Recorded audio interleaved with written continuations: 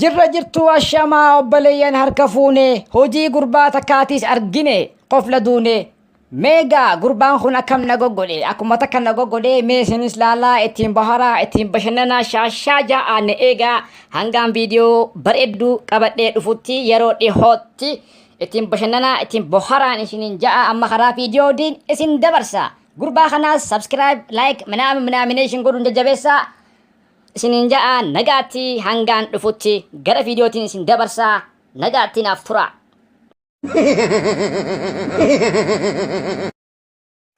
Assalamu alaikum warahmatullahi wabarakatuh. Akkam jirtu kabajamtootaaf jaalatamtoota chaayinaalii ejjennoo show marti keessanuu. Tokkotu salaamtaa akka Suheebii fi akka Maaya Usmaanin Naajiinaan jee isiniif ijaa. Assalamu alaikum warahmatullahi wabarakatuh. Daawwattoota keenya kabajamu. Assalamu alaikum.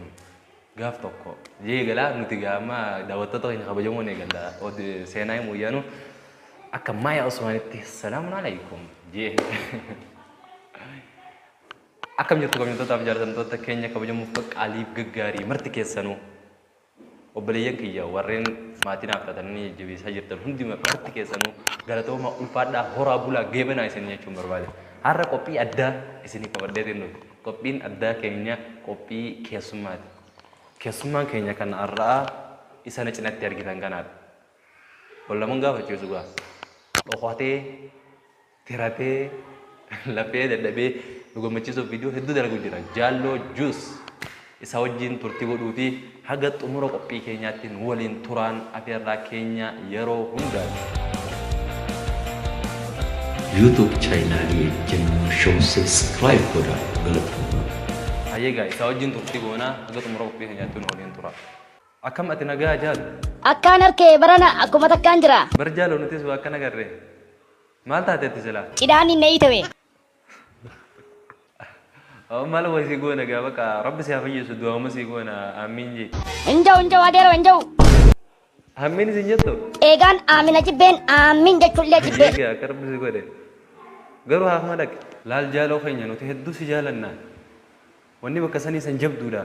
Yoo akka madaqu baattallee deema nyaadhu. Deemi qulqulluullee waan jiru zamana kana.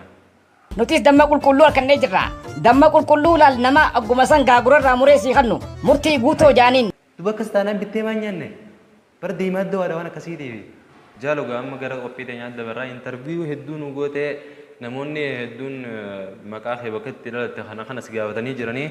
Mee waan haariyaan si gaafadha jaaloo akkami ati jireenya ammaa kana akkamiin ilaaltamee jireenya kun hedduu qaalee jechuun jira kaan humaata bareeda jechuun jira atoo jireenya kun siif akkami mee jireenyi akkam jettee yaaddameeti jireenya kana. An jireenya kanaafaa wallaalee jaartii na jallatte ilmaani na jallatan jiru na jallatte dalagaanis na jallatte qaaxiraa buleetiin guyyaarra fagideen jee ijoolleen na gubbaa iyyaa bultii rafuunatti hin dhiisan mataan shakshak shirshirna ta'e mee akkamiin taamee yaabboleessa kiyyaafaa wallaalee ani. Bakka atis akkuma kiyyaan maraachuuf deemtaa. Kolkola uboo maraatu mala haasawita adawwiinti haa maraattu. Egaa Oromoon maraatan malee maran bahanii jetteemi. Amma sanuu irraa deebista maraatuu waan gaarii seete qorroffee afaan lafee. Jaal maali gaa intarviiruu jirraa min nama kabaluun.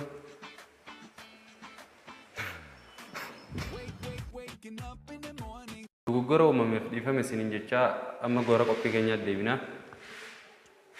Sa hojiin kee maaliti jaalo? Digriidhaan eebbifameetiin hojii dhabee taa'eetu maqama hojjira hangaarraa. Baratteeti hojii dhabde. Duba maal ta'uuf yaada qabda fuuldura? Flash fannifadhee biyyaaf loluun naa wayyaa. Akkam akkam? No, hin ta'u. Asumattiin mana kiyya si qacaara malee hin ta'u.